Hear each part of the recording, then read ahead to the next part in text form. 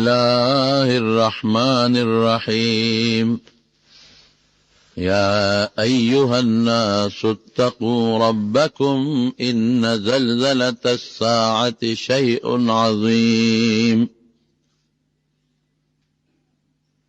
رب العالمین په قرآن شریف کې په دې آیت کې یو اعلان کوي چې انسانانو د الله نه ویریږئ. یو ډېره عظیمه زلزله را روانه ده چې هغې ته د قیامت زلزله وایي. ډېر لوی شی دی. يوم تذهل كل نفس عما أرضعت وتدع كل ذات حمل حملها وترى الناس سكارى وما هم بسكارى ولكن عذاب الله شديد. الله وی دا دومره خطرناک زلزله ده چې کما مور بچی له پی ورکوي نو بچی بدن نه غورځوي. د پیو ماشوم نه به مور غافله شي، د مور لکې به دا نه تېرېږي چې د بچي له پی ورکم. د مور لکې به دا نه تېرېږي چې دا بچی خو جاړي دا مړول غواړي، نه غېږې نه به وغورځوي. وتدوع كل ذات حمل حملها، او د کمې ښځې په ګېډه کې چې بچي وي هغه به ترې لاندې پرېوځي. وترى الناس سکارا، او دا خلق به داسې وي لکه نشیان. یو سړی چې په نشه کې وي، شراب یې څښلي او هغه په ځان نه پوهېږي، متیاز یې ترې بیږي. لارو کوڅو کې ډغرې وایي، خلک وایي مړه دې خوا شتې دا سړی نشی دی، دې نه پوهېږي. تر الناس سکارا، خلق به ټول ته د نشې حالت کې وینې. دا خلق به داسې لکه نشیان، لاړې به یې بیږي، جامې به یې د خټ وي، درزونه به خوري، لارو کوڅو کې ډغرې به خوري او دسماتې به ترې بیږي. وما هم بسکارا، الله وی دوی به نشه نه استعمال کړی. دا نه چې شراب به یې څښلي، ټینالو ګولۍ به یې خوړلي، د نشې دارو به یې خوړلي. ولكن عذاب الله شدید، الله وی زما عذاب سخت دی. دا چې تی ورکون کې مور بچی غورځي او ګېډه کې بچی وي هغه ترې لاندې پرېوځي او خلک نشیان اینې، دا زما د عذاب د وجې نه. زما وروڼو د خدای ډېر لوی طاقت دی او ډېر لوی قدرت دی، او د الله دا عذاب دا اله راځي چې الله د بنده نه خفه شي. بنده چې د بنده نه خفه شي نو عذاب ورکوي. بادشاه چې د رعیت نه خفه شي نو عذاب ورکوي. گورنر چې د خپل ماتحت نه خفه شي سزا ورکوي. افسر چې د خپل ماتحت نه خفه شي سزا ورکوي. د سزا بیا مختلف شکلونه دي. الله چې د خپل بنده نه خفه شي بیا اللام دی بندگانو له عذابونه ورکوي، او د عذابونو یو شکل د زلزلو دی. تاسو وینئ څومره زلزلې وړې راوړي، او اکثر د ورځې په ځای د شپې زیات تعداد کې را روانې دي. او نبی کریم صلی الله علیه وسلم فرمایي چې د قیامت په نښو کې یو نښه دا ده چې تکسر الزلازل، زلزلې به ډېرې شي. دا د قیامت په نښو کې نښه ده. تکسر الزلازل، زلزلې به ډېرې شي. ویکسر الحرج، او قتل و قتال به ډېر شي. مخلوق به یو بل وجني، او داسې به مخلوق یو بل وجني. لا يدري القاتل فيما قتلا ولا المقتول فيما قتلا. قاتل ته به پته نه لګي چې دا مرګ ما په څه وکړو. دا خو د مرګ وجه نه وه چې دا ما سړی وجه. پوټې غوندې په ما سلام وانه چو، څه چلو شو؟ د ما یو 200 روپۍ پې پورې دي، څه چلو شو؟ لږ غوندې مو خوله یو بل سره وواله، دا خو د مرګ نه وه، دې باندې خو مړې نه و په کار. دا ولې مې دا مړی وکړ. مقتول ته به م پته نه لګي فیما قتله چې په څه مړ شومه. دا خو د مرګ وجه نه وه، دا چې زه پې وویشتلی شم او زه پې مړ شم او زما ستوره باندې سر ووالی شو، دې باندې خو مرګ نه و په کار. نو نبی علیہ السلام فرمایي زلزلې به ډېرې زیاتې شي او دا زلزلې به راځي، دا تېرم شو دا به راځي. اذا زلزلت الارض زلزالها واخرجت الارض اثقالها، په دې ځمکه به زلزلې راځي. اخرجت الارض اثقالها، ځمکه کې لاندې چې څه دي ابه بره روځي. وقال الانسان ما لها، انسان به وایي دې ځمکې ته څه شو. زه کوټه کې خو تیر مات شو نو را پرېوته، زه په دې سفر کې خو لرګي مات شو نو سفر پرېوته، زه په دې ګاډي کې خو یو ډیبری ماته شوه نو اکسیډنټ یې وکړ، زه په دې دریابونو کې خو باران وشو نو سیلاب راغی، زه په ځمکه څه وشو. اذا رجت الارض رجا، الله فرمایي دا ځمکه به ټوټې ټوټې شي. وبست الجبال بصا، او دا غرونه به ټوکړې ټوکړې بشي. فکانت هباء منبثا، دا غرونه به داسې شي لکه دا مونږ چې د کوټه کې ناست یو او د چوندې کې د نور ته مونږ ته دا زرې ښکاري، ابا زرې ورته دا خلک وایي. کالعهن المنفوش، لکه وړی چې څنګه دا د مالوچو دا پنبې دا ذرات چې په دې هوا کې الوزي، دقسې به دا غرونه والوزي. دا خو د قیامت زلزله ده، خو ډېره خطرناکه ده، خو د هغې نه مخکې به دا وړې وړې زلزلې راځي او مخلوق به پې تباه کېږي. غټ غټ قومونه خدای په زلزلو تباه کړي دي. عادیان وګوره او سمودیان وګوره، زلزلې پې رالې او زلزلو سره تباه او برباد شو، غټ غرق شو، په ځمکه ننوتل. هغه عادیان چې قرآن شریف کې الله صفت کوي، الم تر کیف فعل ربک بعاد ارم ذات العماد، هغه عادیان غټو غټو تنو والا، غټو غټو وجودونو والا. الله وی جاب الصخر بالواد وفرعون ذی الاوتاد، په غرونو کې دنې ځان له کوټې جوړې کړې وې، په غرونو کې دنې محلات جوړ کړي. غر ماتول اسان کار نه دی، دا د زمانې یو ټیکنالوژي وه. الله پې زلزلې راوستې، زلزلې سره تباه و برباد شو. د لوط علیه السلام قوم ته وګوره، رب ذوالجلال اغون کلی اوچت کړل، ځمکې سطحې نه لاړل اوچت شو، او جبریل علیه السلام ته وی وزر اړم کوه ته اوچت یې کړل او الاوړه یې راوغورځول. نن هم بحیره مردار چې څوک سیل له تلي د سیاحت والا وګورئ، هغه بحیره مردار کې نن هم آبادۍ او د جوماتونو منارې الاوړې پرتې دي. نن د هغې اوبه هم د ټول دریاب نه په بدل شکل کې دي. سیاحان ځي او د هغې تصویرونه وباسي او په دې موبایلونو باندې هغه خلکو ته لیږي. زما قسم په خدای که د خدای قدرت او طاقت ته څه شی ټینګېدی شي نو نمرود وی زه رب یم او زه خدایم، د خدای دعوی کړې وه. یو ماشي ولا په سپېمه کې وردن نه که، یو ماشي د هغې ماشي د لاسه خدای نمرود مردار کړ. فرعون وی انا ربکم الاعلی، لوی خدای زیم، رکوټ یم نه. الله وی ښه د خدای دعوه دې وکړله، ودرېږه داسې دې نه هلاکومه. په دریاب خدای پاک سره د غون لښکره غرق او تباه کړ. او بیا خدای دنیا ته وخو، دریاب چپه والا او د فرعون لاش بار راویسته. الیوم ننجیک ببدنک لتکون لمن خلفک آیه، وی تر قیامته پورې د نه د عبرت نښه جوړوم. الله وی تاسو د خدای دعوه وکړه، سر دې ماته اوچت که، بدن دې بچ کوم د دریاب نه دې وباسم، او تر قیامته پورې به نشان عبرت.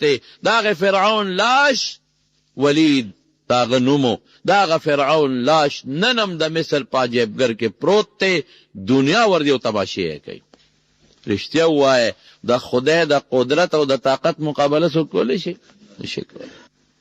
یوم یأتی بعض آیات ربک دا ينفع نفسا ایمانها لم تکن آمنت من قبلو چې د دې نه مخکې ده چې ایمان نو او د جلق سره دی وایي چې یا خدای منم. فرعون هم چغه وواله آمنتو برب موسی و هارون، د موسی او د هارون رب منم. الله وی الان وقد عصیت من قبلو، اوس چغې وی مخکې خو دې زما نافرماني کوله، اوس د چغې نه قبلو مخکې به توبه وباس.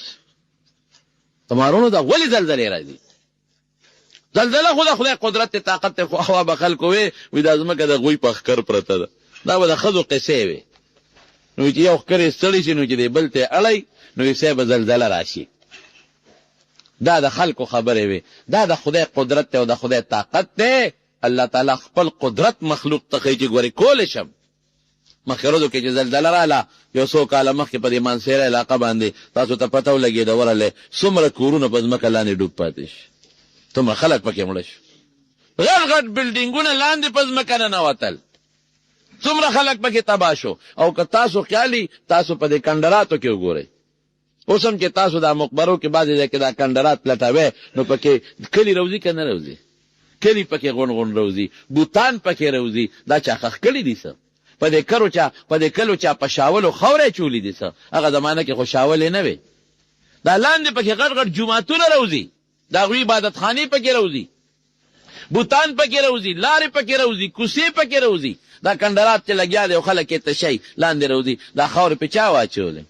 دا په شاولو خلکو اچولي دي څه؟ دی په غوانو په میخو اچولي دي څه؟ دا زلزلې راغلي دي، دا په دې قومونو زلزلې راغلي دي. او چې زلزله راغلې ده نو د ځمکې بره سطح لاندې تلې ده او لاندې سطح پې اوچته کړې ده، ډوب پراته دي. چې کم پکې غرق شو نو لاړ غرق شو. پکې زلزلې را روانې دي جناب. دا د ما خبره نه ده، دا د رسول الله صلی الله علیه وسلم مبارک وینا ده. حضور پاک فرمایي چې د قیامت په نښو کې یو نښه ده د تکسر الزلازل، زلزلې به زیاتې شي.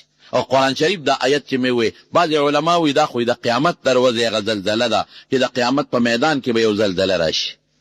یو مثال الله ورکوي. یا بعضې خلک چې هغې د ماشوم لتی ورکولو وخت کې مړه دي، یا کمې ښځې چې هغه په حمل کې مړه دي، وی په دغه حالت کې به دوی الله جمدي کې او د زلزلې سره به دا قصه کېږي. لیکن بعضې علما وی چې نه، هم سختر وز ده.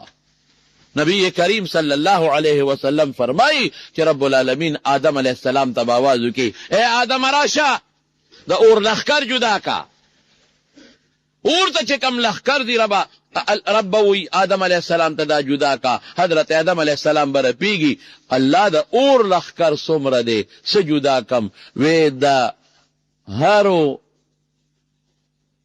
زرو نه یو کم زر جدا کا اور ته. یو روایت کې داسې راځي، په بل روایت کې راځي چې په هرو لسو زرو کې یو جنت ته جدا کا او دا یو کم لس زره دوزخ ته جدا کا. اوهو صحابه په جړا شو چې دا یو پکې بچ کېږي چې دا بلا څوکي.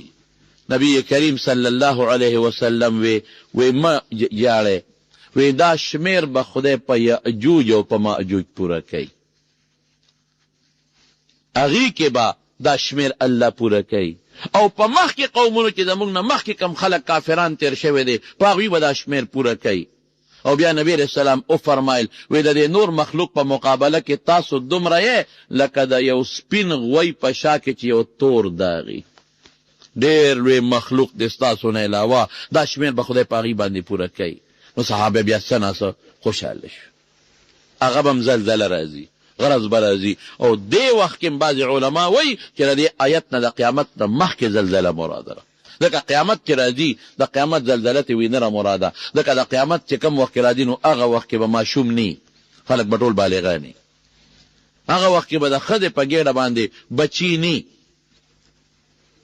ښځې به ټولې شنډې شوې وي، ماشومان به نه کېږي. او چې څومره خلک دا به بالغان د قیامت د راتلو وخت کې به نابالغه نی، ټول به بالغان وي. دا د قیامت نه مخکې دا خطرناکه زلزله ده. او یو حدیث پاک کې راځي، الله دې مونږ وساتي، وی دغه زلزله چې کله راشي که نه دا زلزله، نو وی د ښار دا خلک به دې بانډو ته منډې کي، ځنګلونو ته به منډې کي، او د ځنګل درندګان به ښارونو ته را منډې کي.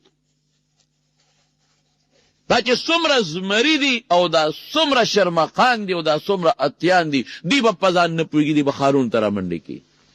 ګډې چیلې او څاروي شرمقان به یو ځای سرېږي. اوهو دا سوچو په ځان به نه پوهېږي.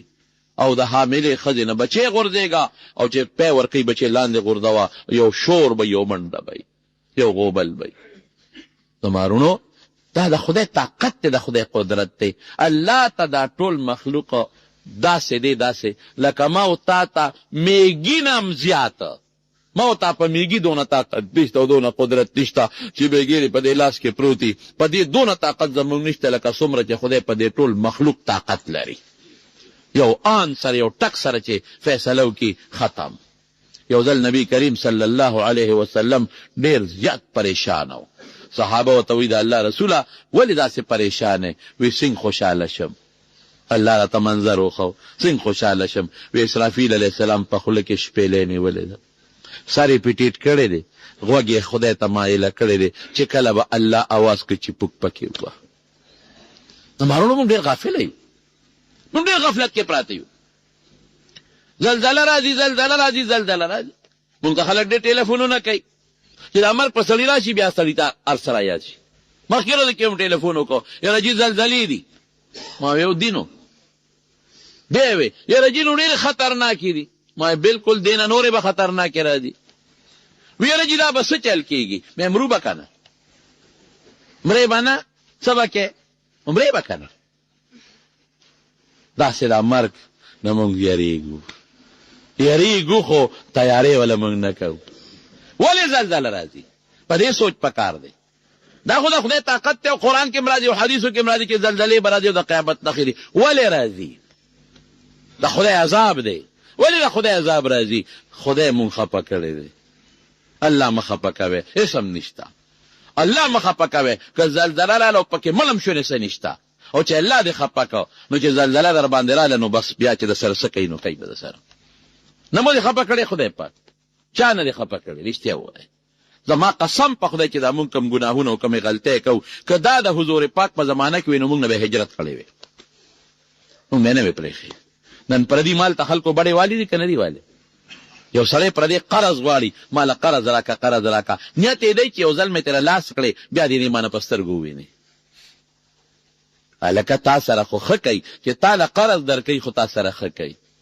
چې ته دې قرض غواړې او تا له قرض در کوي، سوچ وکړه نن رور له قرض نه ورکوي، تا سره خو ښه کوي. نو تا ورته نیت د مخ نه خرابه کړی دی. اوروسه د چا باندې قرض دی، مدیون دی او دی مړ شو، د ده سزا څه ده؟ نبی کریم صلی الله علیه وسلم په داسې سړي جنازه نه ده کړې چې مړی به څنګه راغی، وی هل علیه دینو، قرض پې شته؟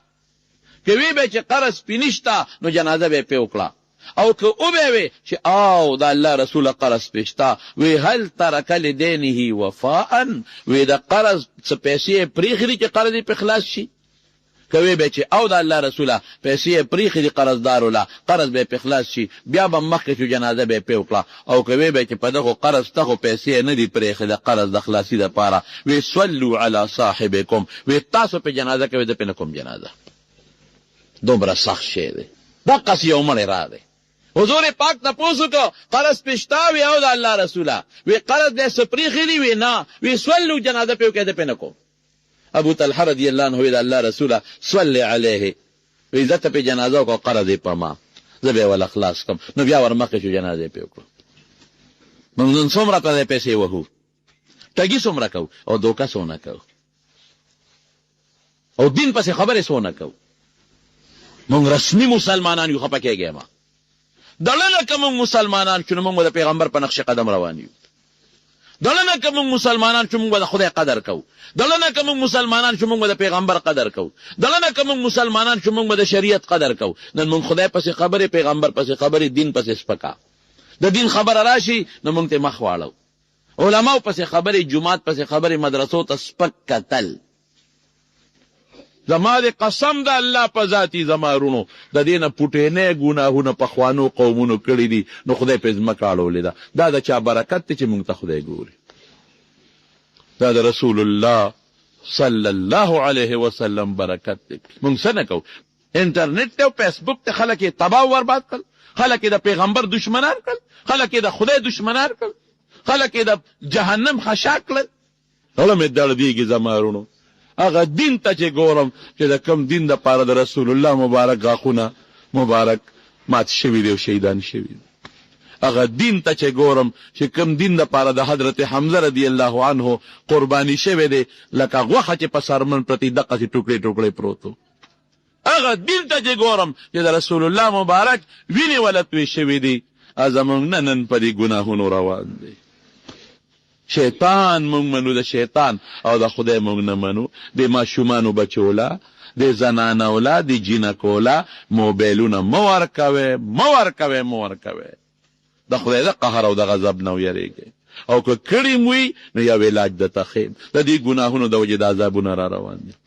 نو نشته د خدای نوم هلته اخیستې کېږي. الله اکبر، الله اکبر. نبی علیه السلام فرمایي چې کله بانک وویل شي د بانک جواب ورکا، د خدای د نوم جواب ورکا. نو موږ هغه وخت کې دوستانو سره په موبایل خبرې کوو.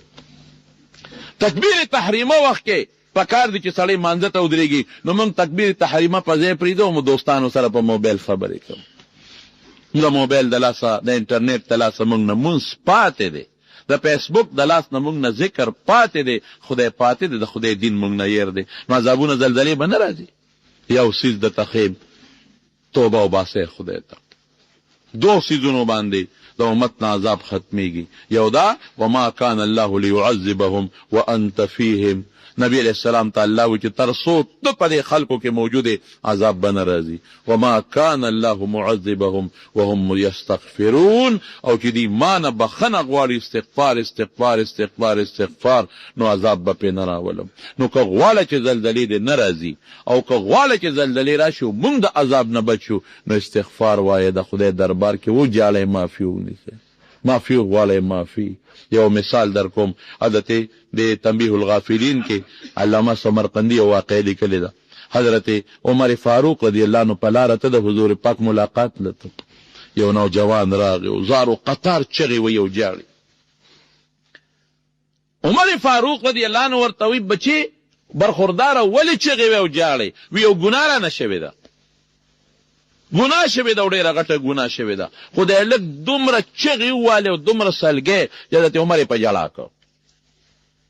عمره د خدای دپاره ما له نبي علیه السلام ته لاړ شه او سپارش وکړه چې ما له بخښنه وغواړي، غر کېمه تبه یمه. عمر صاحب ورته وی هم په ژړا شونو، وی ښه صبر وکړې، زه دنه مخکې ځمه. چې مخکې ورغې نبی علیه السلام ته عمر صاحب ژړل، حضرت عمر فاروق رضی الله عنه. نبی علیه السلام ورته عمره ولې جاړې؟ هم سلګی وی. عمره ولې جاړې؟ وی د الله رسول یې ولک دې ځان یې په ژړا مړ کړ. چغې وی د هغه ژړا ته ګورم نو ماله ژړا راله. ولې جاړي؟ وی هغه وی چې ما نه یو غټه ګناه شوې ده او ماله د پیغمبر علیه السلام سپارش وکړه چې ماله بخښنه وغواړي. وی دی هلک ته اواز کړه، هلک چې را دننه شو په سلګو سلګو په چغو جاړي او چغه وی د الله رسوله ډېره غټه ګناه را نه شو. حضور پاک ورته وی څونه غټه ګناه شوې ده؟ وی ډېره غټه ګناه. وایه څه ګناه ده؟ نشم ویلې د الله رسوله، ډېره غټه ګناه ده. وی ستا ګناه غټه ده که د اسمانونه؟ وی د ما ګناه. وی ستا ګناه غټه ده که د الله عرش؟ وی د ما ګناه. وی ستا ګناه غټه ده که د کرسي د الله؟ وی د ما ګناه. لکه شرک دې کړی دی څه؟ وی نه د الله رسوله شرک مې نه دی کړی. مسلمان دی وجلی دی څه؟ نه د الله رسوله مسلمان مې نه دی وجلی. نو څنګه غټه ګناه ده؟ غټه ګناه خو دغه چې مسلمان بې ځایه مړ کې او شرک وکړي. وی نشم ویلی د الله رسوله، چغو سره په سلګو شو. دومره یې وجړل چې حضور پاک یې په ژړا کړه. وایه ګناه څه ده؟ وویم د الله رسوله سزا خو به نه راکې که نه، او که راکې تیار یم، خو چې اخر مې ښه شي ما به الله وبخي. ته خو وایه که نه څه ګناه ده؟ وی ښه زما ګناه دا و چې ما به کفنونه د مړو نه ایستل، هغه مې خرڅول. کله چې به خلکو مړې وشو خښ به یې کړ، د شپې به زه ورغلم، ما به د هغې نه کفن وایسته او مې خرڅ کړ. د الله رسوله وویمه او ووایه. وی ښه نو د انسوارو کې یو جینۍ مړه شوې وه، د شپې ورغلم، د هغې نه مې کفن وویسته، چې کفن مې اوس هغه جینۍ خو مړه وه په قبر کې پرته وه خو ما نه هغه جینۍ سره ګناه وشوه هغه مړي سره هغه مړې جینۍ سره ګناه وشوه چې ګناه وشوه د هغه مړې جینۍ د وجود نه د هغې جینۍ په شان چغه راوچته شوه او ما ته ووې چې ای بنده ډېر ظلم دې وکړه ډېر ظلم دې وکړه زه خو تا د قیامت دروازې په هغه 18,000 قامه کې رسوا کړم 18,000 قامه کې دې بربنډه کړم دا دې څه وکړل او د قیامت په دغه لویه ورځو به خلکو خو مړي خپل لمبولي دي نو خدای ته به پاک ودرېږي او زه دې په غټه بیودسۍ کې ور واچولم نو زه به د قیامت په ورځ خدای ته په هغه غټه بیودسۍ کې ودرېږم دومره دې وشرمولم دومره دې رسوا کړم دومره دې بېعزته کړم د قیامت میدان کې دې وشرمولم بس الله دا ګناه شوی دا الله له دا ګناه شوی حضور پاک ورته فرمایل واقعي ډېره غټه ګناه دې کړې ده ډېر لوی جرم دې کړی دی مړي سره داسې ګناه بیا زنانه سره دا هلک پاڅېده دا هلک وی ویرېدم پاڅېدم چې هسې نه چې ته څه بل څه آیت زما په حق کې نازل نه شي او نبي علیه السلام خو غصه شو لاړ او چې څنګه لاړه نو سې به غرونو ته لاړ مدینه پرېښوده او په غرونو کې خدای ته چغې وایي یا خدایا نو ما نه خو ګناه شوې ده که نه الله نو څوک دي چې ما به وبخي ستا نه بغیر الله ته چغې شروع شو جلا شروع شو الله بل څوک ته چې زه ورته چغه ووه الله ستا در نه خو بغیر بل څوک نشته زه خو حضور پاک لم لاړم هغې هم غږونه کوي یو غټه ګناه دې کړې ده یا الله څوک هم خدای ستا نه بغیر بل څوک دی ستا د در نه بغیر بل څوک دی خدای چا ته چغه ووامه یا خدایا که دلته مې پینیسي نو دا سر مې مات که خو چې خیرت کې مې بچ کړي څلوېښت ورځې دا چغې ووالې څلوېښت ورځې په حضرت جبریل علیه السلام راغی نبي علیه السلام ته جبریل علیه السلام پیغمبر علیه السلام ته وایي الله راولېږلم نبي علیه السلام ته ووایه چې دا مخلوق تا پیدا کړی دی که ما پیدا کړی دی حضور پاک وی نه الله پیدا کړی وی الله وی چې دا رزق ته ورکې که زه ورکوم وی نه الله روزي ورکوم وی ښه دا مخلوق چې ګناه وکړي زه به یې بخم که ته به یې بخې وی نه الله به یې بخي وی ښه ورشه هغه سړی راوله او دا ورته زما د طرف نه د الله د طرف نه اعلان وکړه چې ما معاف کړی او ما بخلی سړي پسې ګرځېدل راوسته توبه استغفار داسې شی خو هغه د پښتنو توبه نه چې صرف غوږونه نیول دي او توبه توبه د بدو چې څوک نی نو حمله په بدو هغه توبه نه د زړه نه توبه یا ایها الذین آمنوا توبوا الی الله توبه نصوحا پښتانه وایي که نه وایي په نسوها مې توبه دا نصوحا عربي لفظ دی داسې توبه چې یا الله په دې ګناه ستومانه ما که مې نه وې کړې څه خبه وه الله آینده لبه نکوم قصد بکې چې بیا به نکوم نفرت به پړه کې د ګناه نه پیدا کې او د خدای په دربار کې به د معافۍ درخواست وکړې بیا به د ګناه ته خدای پاک معاف کړي نو زلزلې د خدای لوی قدرت او طاقت دی علاج یې څه دی استغفار د خدای په دربار کې معافي غوښتل او زما رونو ګورې کراله زما قسم په خدای چې دا ځمکه او جایداد او مال او دولت هر څه د نه پاتې دي توبې ته به هم جوړ نشي چت به د باندې کینی تیر به د باندې راوغورځېږي ځمکه به وشلېږي لاندې به ننوځي بیا به څه کې په د مال او په دولت په دې بچو باندې نو د خدای په دربار کې استغفار ډېر ووایه ښه زلزلې دي خدای به یې دفع کړي که دفع نه شوې تا خو به خدای د عذاب نه وساتي که نه نو د خدای په دربار کې استغفر الله استغفر الله استغفر الله د زړه نه توبه وباسئ بخښنه غواړئ او که دا پوره استغفار ویلی شئ استغفر الله الذي لا اله الا هو الحي القيوم واتوب الیه ډېر ښه دی علماو نه یې زده کړئ استغفر الله من كل ذنب واتوب الیه که دا هم ني یا الله تا نه بخښنه غواړم یا الله تا نه معافي غواړم او یارونو شته بل څوک چې زمونږ ګناه معاف کړي شته څوک داسې چې ګناه به یې نه کړی مونږ ټول ګناهګار یو که نه او بغیر د الله د اسرې نه او د ذات نه زمونږ بل څوک نشته نو د خدای په دربار کې عاجزي وکړې توبه وکړې استغفار وکړې نو خدای به هم د دې عذابونو نه په خیر خلاص کړي رب العالمینه خدای مونږ د خپل قهر و غضب نه په امن کې وساتئ